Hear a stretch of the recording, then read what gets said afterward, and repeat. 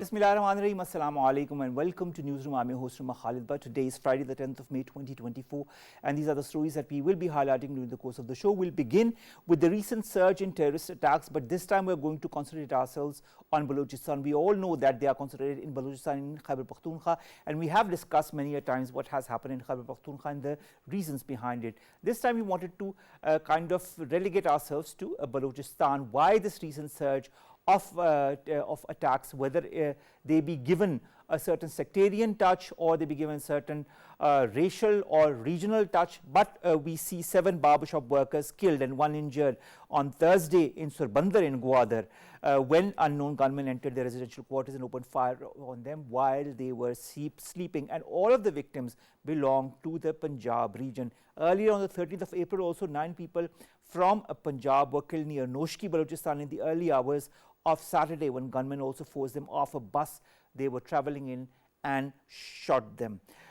This and more incidents that have been happening over the past few months in Balochistan will be discussed during the course of the show. The reasons behind it, what needs to be done, our counter-terrorism strategy and more.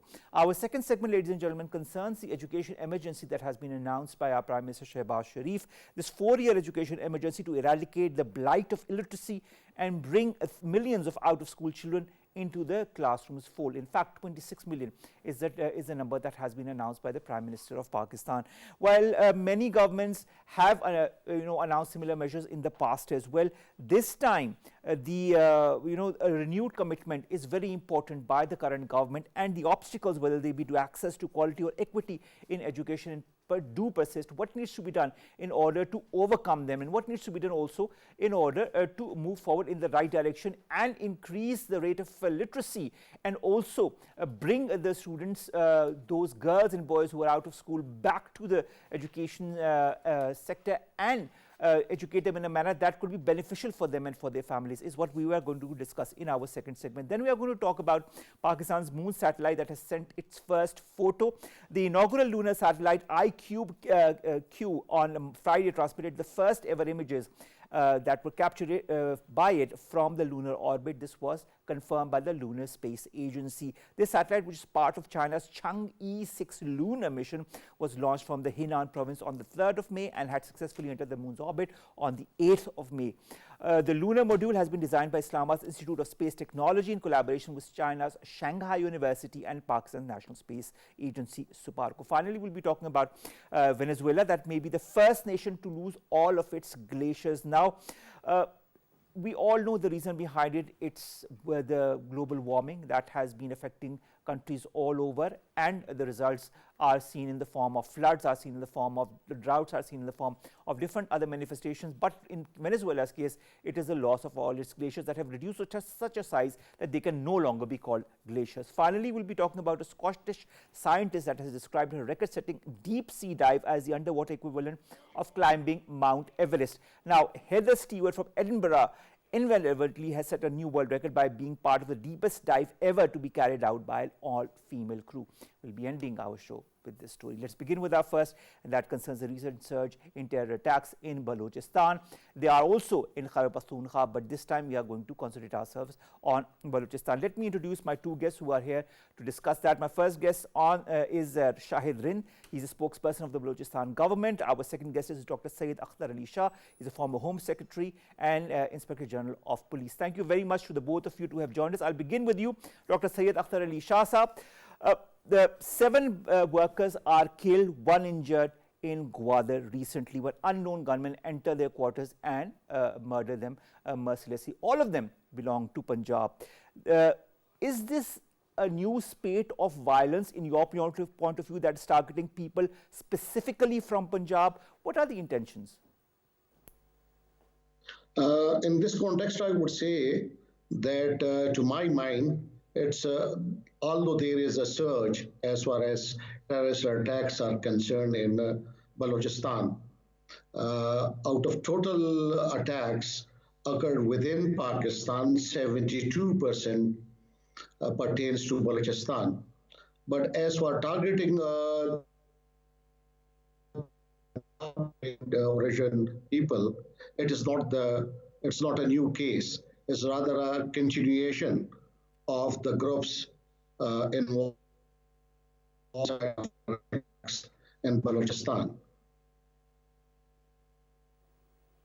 And All right. at the same time, if we take Balochistan, when you compare Balochistan with Khyber Pakhtunkhwa, the as terrorism, it has two dimensions. One is ethnic motivated, and the other is religious motivated. One is being restricted by groups such as Tehreek-e-Taliban and others. And as far as kind of attacks, it is generally attributed to Baloch Liberation Army and their militant wing, in particular, Majid Brigade. All right. Sir, I'd now revert my next question to Shahid. Rind, Shahid, I hope you're online and you're listening to our conversation with the Dr. Syed Akhtar Ali Shah. I'd like to refer to certain comments that have been made, statements that have been made recently in the spate of this attack. As a result of this attack, Prime Minister Shehbazsharif condemns this incident. He said, "We are determined to eradicate terrorism from its roots." Interior Minister Mohsin Naqvi also echoes similar sentiments, says the beasts who play with the lives of the innocent don't deserve to be called humans. Pakistan People's Party Chairman Bilawal Bhutto Zardari also talks about the people of the entire country, including Balochistan, are extremely angered by this barbarity. Humanity is ashamed, he says. Balochistan Chief Minister Mir Sarfaraz Bukti condemns the killing, and he says, "We will chase after the terrorists and their facilitators, and whatever force is needed against the terrorists will be used, and the writ of the state will be enforced in any case." The Home Minister of Balochistan, Mir Ziaullah Lango, says the killing of innocent laborers is a cowardly act. How important is the resolve to curb all forms of terrorism from the region, because we see a lot of incidents happening in the last few months? Yes, Omar, I heard your question. Now I am answering it. But before going to your question, I wish to say the one thing. I am seeing this from last 2 to 3 days, or in last many incidents. We are again and again saying those people who are killed, they are from Punjab, they are from Punjabi ethnicity. But government of Balochistan believes, Chief Minister of Balochistan Sarfraz Bhukti believes, they were Pakistani nationals, not from Punjabi or Pashtun or Baloch. Number two, as you said, we are ready to fight for, we are ready to respond all this. Number one thing is very much clear. In last few weeks, you can see Torbat and Gwadar, there were few attacks where security forces were on target from terrorists, but these targeted operations were not successful by the terrorists. Our security forces responded on a Gwadar port and the naval base in Torbat. They retaliate and they responded the attack, and whatever the target was from terrorists, they were not achieved that target. After these incidents, yesterday, they tried to target a laborers who are living in outskirt area of Gwadar, where security was not deployed. Chief Minister of Balochistan initiate an inquiry and order IG police to check all these things, why they were without security living there. All right, Mr. Rind, I'd like to understand the different, if you look at the recent incidents that have happened, whether it be then what happened on the 13th of April this year, then in October last year, where 6 laborers were killed in Turbat. Then if we go back a couple of years, in 2015, 20 construction workers and others were also injured. The laborers and workers, why are they being targeted as a group? Is there some deliberate agenda behind this by the militant organizations, or is it just whatever target they get hold of, they execute them? Is there a strategy behind it? Omar, agenda is very clear: to spread hatred among people, and focus is weaken to state, decline economically government. This is the clear agenda: to create unfavorable conditions for investors in South Balochistan, especially in Gwadar. This is the clear agenda, and they are working on it. All right. Their point taken, Shahid and Saab. There was an attack. I will now revert to Dr. Syed Akhtar Ali Shah. The attack on a naval base in Turbat in March, the attack on the 20th of March on Gwadar's Port Authority complex are reminders of the trajectory of militancy in the country. Why, in your point of view, is there an uptick in militancy that we are seeing in Khyber Pakhtunkhwa, in Balochistan since the last few months, so let's say more or less a year?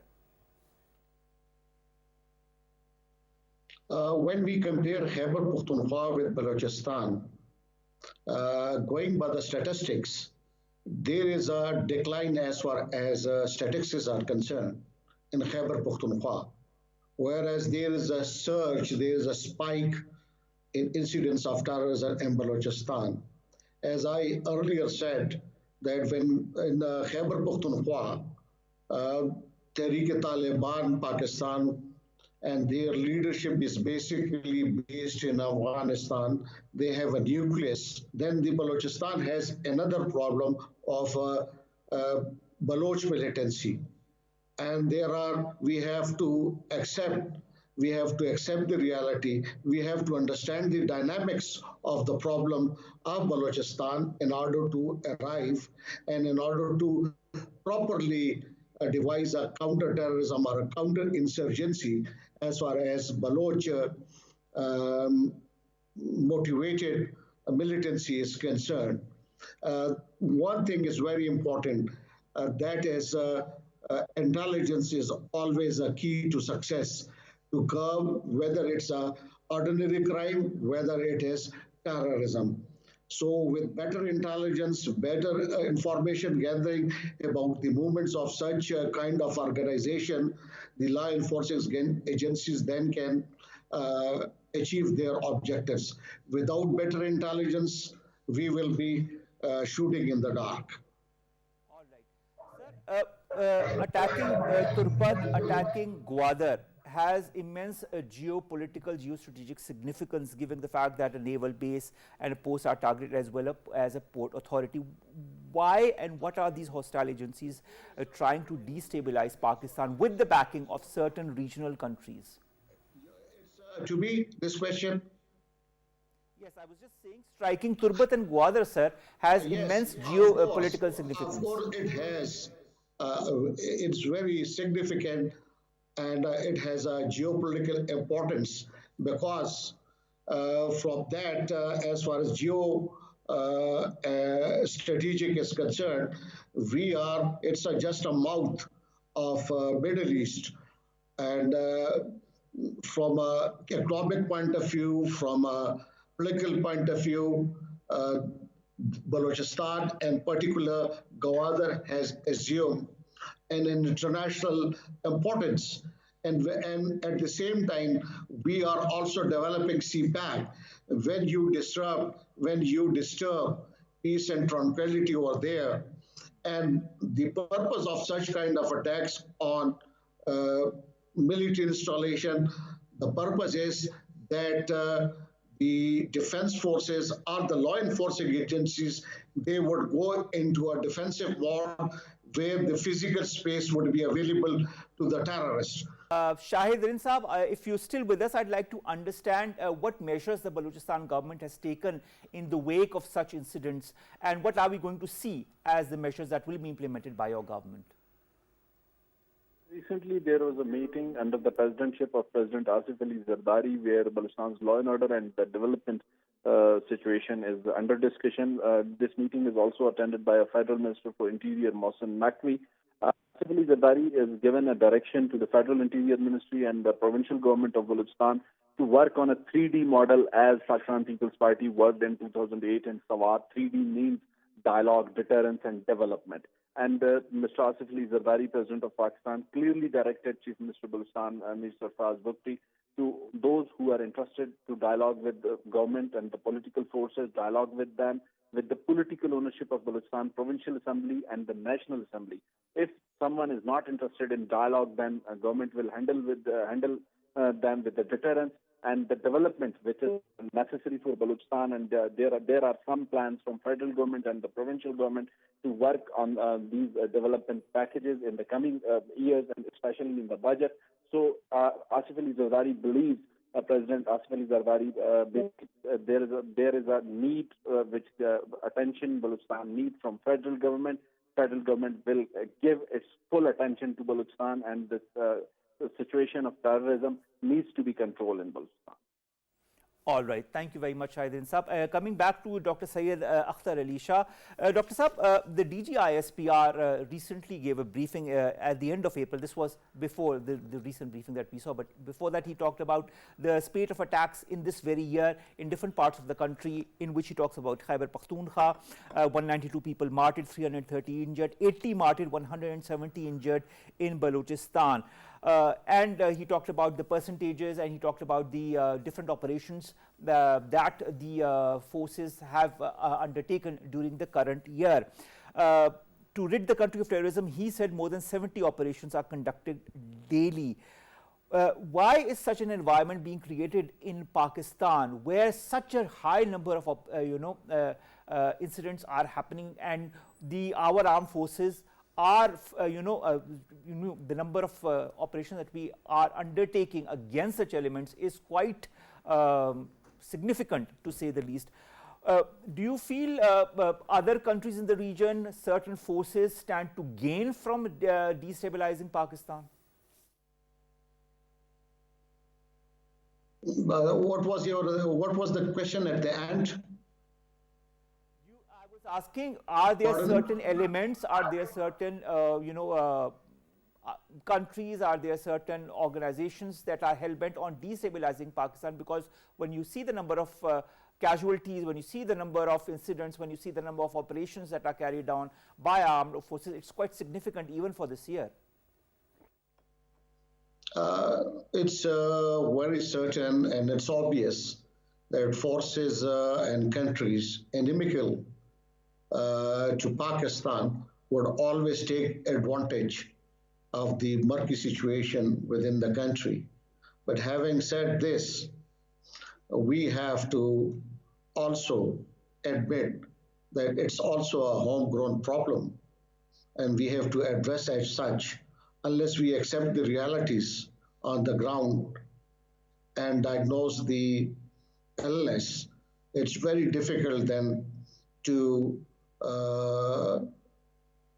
prescribe the solution. Thank you very much, Dr. Syed Akhtar Ali Shah, former Home Secretary and Inspector General of Police, who have joined us, who have talked to us and discussed, of course, this recent spate of militancy that has shown its ugly head in Balochistan in the last few months. We'll come to our second segment, and that concerns the education emergency that has been enforced by the current Prime Minister Shehbazsharif. This is a 4-year emergency. This is not only to revamp the education system in Pakistan, but also bring all those 26 million is the term number that has been used by our Prime Minister of out-of-school boys and girls back into the education system. It's a huge challenge, but a challenge nevertheless.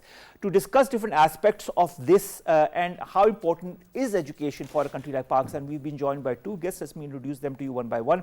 In the studios, we've been joined by Dr. Mohyuddin Ahmed Wani, Mr. Mohyuddin Ahmed Wani, Federal Secretary Education and Professional Training. Mohyuddin, thank you very much to have joined us. I call you doctor, so nevertheless, you have a lot of experience. And our second guest is Faisal Bari. He's an educational economist. He'll be joining us in a bit as well. Mohyuddin, let me begin with you. The Prime Minister announces a 4-year education emergency to eradicate the blight of illiteracy, vows to get around 26 million out-of-school children enrolled, promote literacy. How important is this announcement? In your point of view, what needs to be done? How can we transform the educational landscape of Pakistan? First thing which is new in this regard is an acknowledgement at the national level of this problem, because till this day there was no acknowledgement of this problem of out-of-school children. It used to be discussed in bits and pieces, in workshops, in conferences, in news media. So it's a acknowledgement not by the Prime Minister, but all the provinces together, the area governments, all the multilateral, bilateral partners, all the educationists. So emergency has not been enforced, it has been invoked. Okay. So that invoked means that now it's the time to work together in a very collaborative manner. We have the diagnosis with us. Everybody knows what the problem is. There are multiple issues. It's an intersectoral issues. Issues are related to poverty, issues are related to security, issues are related to girls' education, issues are related to post-disaster hit on education infrastructure. It relates to inadequacy of teaching faculty in rural areas in south of Punjab and lagging districts in Sindh and Fatah. and it relates to hunger, stunting in kids. So, it's multifaceted in its aspects. So, we have to address it in every angle. It's not a provincial issue, it's not a federal issue, it's a national issue. We have to work together, we have to reinforce each other's activities. We have the data with us, we know where the problem is. It was the only thing which was missing was the national will to work together to address this issue. Now, Mohyuddin, you've got a lot of experience when you look at your past posts. You have served as Managing Director, Education Foundation, Punjab. You have been Chief Secretary of Balochistan, where you have initiated a lot of measures to revamp the education system in the area and also in the information technology sectors and the education sectors there as well. As far as the whole country is concerned, if we look at it in a broader perspective, do you feel the same measures that you took in Balochistan could be taken regionally in other regions of Pakistan? What are the short-term and long-term measures do you feel need to be implemented now on an emergency basis, and how should the federation and provinces work together? The issue is national, but the solutions are local. So, in some places it's extreme poverty, it's stunting, so you can top up the whole activity with a school meals program. In some places the logistical access is an issue. In some places security for girls is an issue. In some places absence of wash facilities is an issue. So, we have to and we know which district, which lagging district has which peculiar problem. So, we have to customize solutions for those districts, and then we have to work, and to the extent of federal government will complement and supplement the efforts of the provinces, because they are on the ground, they have the data, we have the data also. So, we will add up to those activities. There is a national out of school children challenge fund, 25 billion rupees, which has been approved by the CDWP. It is going to the ECNIC, and that will allow government to spend 100 million rupees per district for 5 districts for 5 years. And these will be performance grants linked to the performance of those districts to achieve certain KPIs regarding out of school children. Secondly, use of technology is very necessary, because where teachers can't reach what their technology reaches. So, we have to devise and there are digital solutions based on connectivity and offline solutions also. So, we have to use a mix and match of both solutions to achieve these goals. Lastly, we have to encourage civil society, local religious forces to help us to build an ecosystem where people should realize that only solution for peace, for growth, for intersectorial harmony, interethnic harmony is to introduce education to promote positivity in the environment. Staying kids at home, the kids, if they stay home, they will deprive the society from economic benefits, deprive the society from a socially integrated ecosystem, deprive the society from peace, and can promote extremism and other things. So, there are multi-faceted solutions, and which have to be integrated at the national level, and it has to be reviewed quarterly by all the stakeholders, like you have done in the case of National Polio Task Force, where all the national players and the provincial players and the local players, they sit together, they review and they identify the gaps, they help each other. So, it's more of a collaborative approach and cooperative approach. All right, a collaborative approach, and an approach that all the stakeholders need to do together. Faisal, thank you very much, Faisal Bari, to have joined us. Obstacles to access, quality and equity in education persist, underscoring the need for a renewed commitment. The Prime Minister's stated resolve to personally oversee this initiative, and we are talking of the education emergency, and to collaborate across provincial and political lines enhances hope, but also raises the stakes for tangible outcomes. Now, Minister for Federal Education Professional Training, Dr. Khalid Siddiqui, has said the education sector needs immediate actions and urgent responses, as Pakistan stands at the crossroads of destination with no option to lose. Whereas the UNICEF representative in Pakistan says over 70% of children aged 10 in Pakistan cannot read or understand text, is what he said, quote unquote. How do you see these statements, and what are the actions and responses that need to be taken? How can we work on a war footing to improve all the obstacles? As you said, I think the statements that they have been made by these ladies and gentlemen show the state of education currently, and we have plenty of evidence of that. The out-of-school children numbers are there. They have been reported by PI, the Pakistan Institute of Education.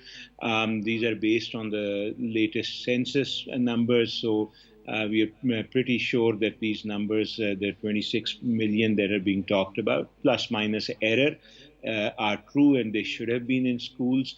The quality of education issues have been pointed out repeatedly by report after report, including the annual status of education report, ASER, in the last 8 or 7 surveys that they have done, with numbers as large as 150,000 children being tested on reading and writing. So the situation that is being described and the inequality in our education system is very clear from everything we know, from elite education to the children who can't come to schools or are not in schools due to poverty, or whether they have to work as child labor, etc. So that depiction of the dire state in which we are in is not untrue, is very true, is very alarming.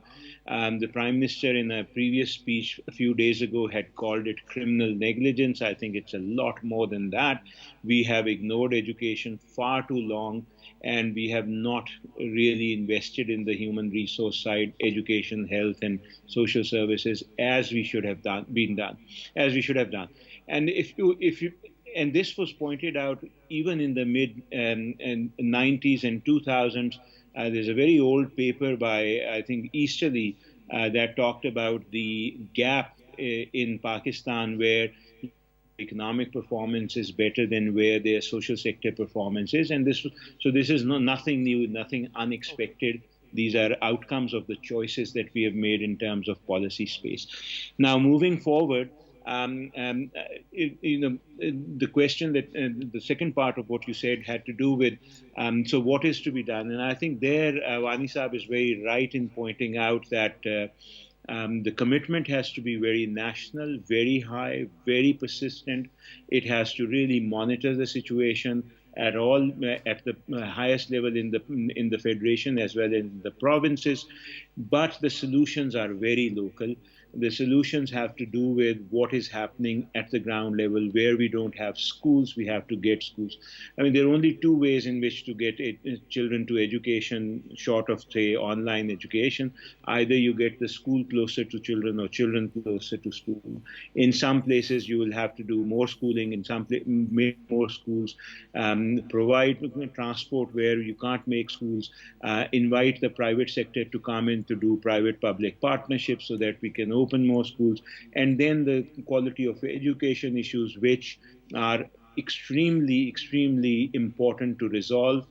Right now, the 60-odd% of children that are going to public schools and the 35-odd% that go to what we call low-fee private schools, all of them require a lot of injection of quality education so that the education that our children are getting gets a lot better.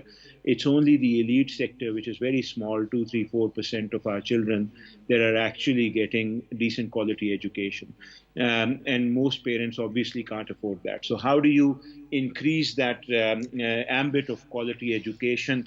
That requires very, very significant investments also, but in programs like the kind of programs that Wani Saab was mentioning. In some places you will have to have nutritional programs, school meals. Other places you do teacher training, you provide more teachers, you ensure quality inputs in terms of curriculum, in terms of support materials that are provided, and you work on the governance structure of education, especially in the public sector, to make everyone in education a lot more accountable for what they are doing and what they are not doing. So it's going to be a lot of work.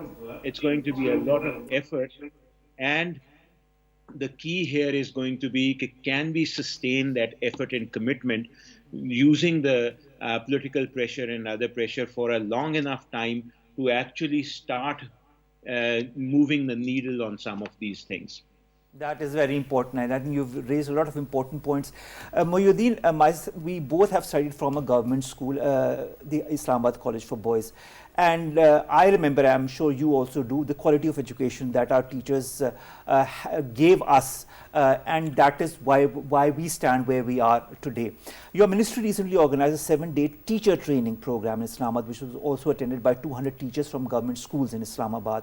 You pledged to give more autonomy to teachers to raise the standard of education and prioritize the welfare of students. When we talk of decent quality of education, how important is the role of teachers, and how should our federal and provincial governments move forward towards teacher recruitment and training to address the gap of the vacant teacher positions nationwide as well? You have asked so many questions in one. I'll address everything. Recently, I have not made a pledge, I have done it. I have given all the financial and administrative autonomy to the principals to make them more responsible and more accountable. So now I can make them accountable of their performances. That was the case in our days. Mr. Khalid, you are my class fellow also. My principal was the most powerful man in Islamabad. So he was fully authorized to do every activity to raise the level of education. Even the hire and fire was in control. So there was no bureaucracy, and there was installation of board of governors available to us in that government school. So that has to be brought back. So, but at this moment, what we have done is to make the principals very powerful. But I'm also keeping an eye on them based on certain incentives and certain performance indicators on which they will be given rewards and maybe punished for their non-performance. To the extent of teacher training, Bari Saab is here. We have engaged LUMS also in our teacher training program. So with the brand of LUMS in Islamabad, with our organization called NIYAT, so they will work together to ensure quality training through digital material. Thirdly, we are arranging teacher training from best people in the market. So we are not relying on government training. We are engaging Aga Khan Foundation, Rupani Academies, NUST, and we are going to use all the technology tools available to us to make these people more tech savvy, to understand the modern skills of teaching, and which are more beneficial for our students. Secondly, we are introducing more and more technologies. We are allowing more space for the students to learn different social skills, freeing up space for their sports. We have started a school meals program in Islamabad. In every primary school, in next 2 months, every government primary school will have a school meals program. So the issue of 45% stunting or malnutrition will be addressed. The kids are more excited. We have invested a lot in improving we have reinvigorated the colors in the school to make them more attractive for the students. And so we are doing a lot of reforms. We are investing all our budget in improving the standards, the quality of teaching, the recruitment, everything for the betterment of our students. All right. What about the STEM Mela 2024 that was recently organized under the project STEM Parks and Policy Unit to provide access to science, technology, engineering, arts and mathematics to secondary school girls? I think that's very important. And the whole importance of STEAM, sorry, not STEM, but STEAM, science, technology, engineering, arts and mathematics education. How important is this collective education system to be imparted to girls and boys so that they can stand on their own? It's not STEAM alone. We have now introduced the entrepreneurship curriculum, which will be launched in the next session. We have designed a financial literacy curriculum, which will be rolled out in the next session in a very gamification manner. We have built up a new momentum of carrying out summer camps for the students of Islamabad schools and colleges, so that they can understand what is game development, what is AI, what is mind games. So they are engaged in summers in different productive knowledge activities. So a lot of things are happening in Islamabad. All right, wonderful. And I hope they can be also happening in other parts of the country. Faisal, the development of a single national curriculum is also a major step. The introduction of education technology and latest interventions in schools located in Islamabad, which would be also a replicable model for the provinces and the area governments, is also another. Does, in your point of view, our curriculum need to be revamped? Secondly, how important is integrating technology to help bridge the gap between different regions and provide remote learning opportunities? Thirdly, how important is character education in shaping moral and responsible citizens? Because just imparting scientific education or artistic education is not important. There needs to be an amalgam of that with moral education as well to build citizens that are worthy of our society. So I mean, I personally don't think that the curriculum should be a single one. There should definitely be a national curriculum. And I think the government has removed the word single from it, and there is a national curriculum which should definitely be there. It should set the minimum standards that we promise every child that they will be able to reach that standard, whatever the grade, specific grades that they are.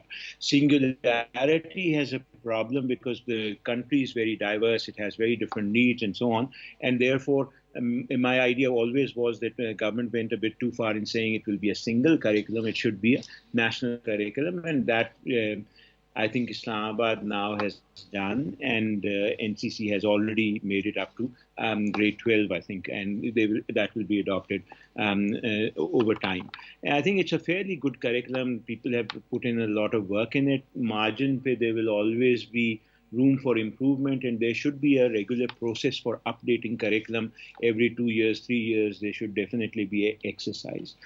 In terms of, but I do have some differences in terms of how education is done in the early grades. I think government has started to think about this and is starting to move there. Again, I think Islamabad is taking a lead in some of these things. But my own feeling is that we move far too quickly to the written word. In our early grades 1, 2, 3 should allow a lot more oral learning. They should focus a lot more on languages and mathematics. These are early years. Written word needs to come a little later. So your written assessment, written tests, all of these should come a little later in the curriculum and not from grade 1, grade 2. And that focus, I think, is now shifting. I think Islamabad now has a reading hour which focuses a lot on reading and mathematics, and that needs to happen in other places also. We need to use mother tongue or local tongue or vernacular, whatever, if children are comfortable in the early years as the means for oral teaching. Somebody who's very comfortable in Sindhi or Saraiki or whatever, when they come to school, you immediately shift them to Urdu or English, and that's not a good idea. So that early years need to be rethought and done differently, and there should be less emphasis on the written word and less emphasis on many other subjects that we have done. I think there is evidence, and this is not just by Pakistani people, but also people commenting from outside, that we just have too many subjects and too many SLOs, learning objectives in every subject in the early years especially, but throughout up to grade 10 or 12, and we need to keep rethinking. Every time we do a review of the curriculum, we keep adding things to it without taking things out. We keep adding subjects rather than taking things out sometimes. If you look at the weight that the children carry every day to school, etc., even if you decide to keep all books in the school, that weight or intellectual weight of all these subjects and all these SLOs is way too much, and I think there is a review needed at that level. Technology, definitely. All right. Thank you very much. We are a bit short of time, or else we would have continued with you. Faisal, last question. You wanted to add something to that. The thing is that it's more of introducing new things without adding pressure on students for exams. So, and there is a tendency of making the syllabus very complicated. So what is needed is gamifying and trying to teach students in a storytelling mode. So make it interesting, so they should enjoy. They should be under stress of memorizing things, and they should learn through playing. Okay, that is what I hope will be happening. Mohyuddin, thank you very much to have joined us. Mohyuddin Ahmed Wani, ladies and gentlemen, Federal Secretary for Education and Professional Training, joining us in the studios. And of course, Faisal, thank you very much to have joined us as well. Let's come to our last three stories very, very quickly. The first concerns Pakistan's iCube Q that has beamed the first images from the moon's orbit. Let's watch this report. 1 week into Chang'e 6 mission, one of the international payloads on board, Pakistan's Cube satellite iCube-Q has been released into lunar orbit and has started working. On Friday, a data delivery ceremony for the Cube satellite was held in Beijing. The first photos taken by it were also made public, including a picture of the moon. The Cube satellite mission on board Chang'e 6 has been declared a complete success. Participants at Friday's event say there is more to come.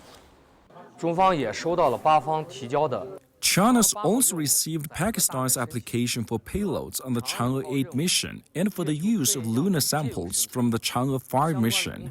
We're actively working for these. We also welcome Pakistan to participate in China's lunar and deep space exploration missions to carry out extensive exchanges and cooperation in the areas of space science, space technology and application, and jointly contribute to the peaceful use of outer space. Yeah, this is a very enormous or momentous event for us because this is the first ever mission to the moon for Pakistan, and that too with the help of Chinese friends, and that is a great day for us. Yeah, we are looking towards all domains of technology, be it remote sensing, be it the navigation, and be it the communication satellites. So and subsequently we have a number of launches from China, and that shows the good cooperation going on. Space cooperation between the two countries has been going strong. Pakistan has also formally joined to build the International Lunar Research Station. Sun Ye, CGTN, Beijing. Now, Venezuela is going to be the first modern nation in history to lose all of its glaciers after climate scientists have downgraded its last one to an ice field. 6 other glaciers have also been lost in Venezuela in the last century. An extreme weather researcher has written on Twitter that the next countries that are likely to become glacier-free are Indonesia, Mexico, and Slovenia. He also says the latest projections show that between 20 and 80% of glaciers globally will be lost by the year 2100. Finally, ladies and gentlemen, a record dive like climbing Everest underwater has happened recently. A Scottish scientist describes a record-settling deep-sea dive as the underwater equivalent of climbing Mount Everest. Heather Stewart from Edinburgh has set a new world record by being part of the deepest dive ever to be carried out by an all-female crew. She completed the feat in the Bakunawa submersible in the South Pacific Ocean with her colleague Kate Waterway from New Zealand. Congratulations to all of this. She says she didn't know that she was going to create a world record, but she created that nevertheless. So congratulations to her and her team. With that, ladies and gentlemen, we come to an end for today's newsroom. We'll see you inshallah on Monday with news stories and segments that pertain to us, you and Pakistan. Have a wonderful weekend, and we'll see you inshallah in a couple of days' time. Allah Hafiz.